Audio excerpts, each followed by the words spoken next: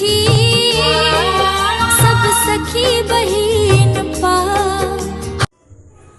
हम अंजलि झा कोलकाता से, हमर रजिस्ट्रेशन नंबर 29 अछि।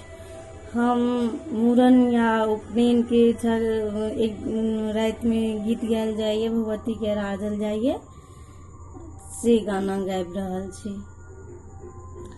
तोहरे भरोसे काली इहो जग ठानल, माहे दियो दर्शन महामाया, माहे दियो दर्शन महामाया। तोहरे भरोसे काली इहो जग ठानल, गंगा जमुन सोमैया माटी कोरी लाएब, गंगा निकट सोमैया माटी कोरी लाएब, माहे ऊंचे काये पीढ़िया बनैब।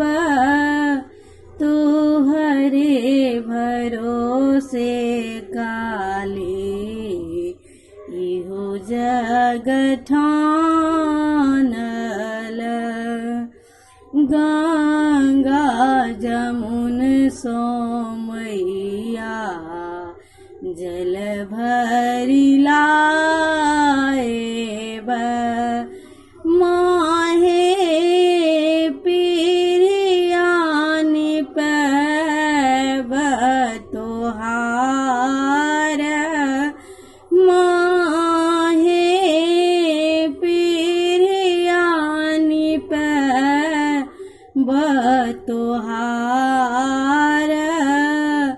तोहरे भरोसे काली इहो जग ठानल, पटवा दोकान सोमैया आचरी मंगाएब, माहे ऊंच काए आचरी टंगैब, माहे ऊंच काए आचरी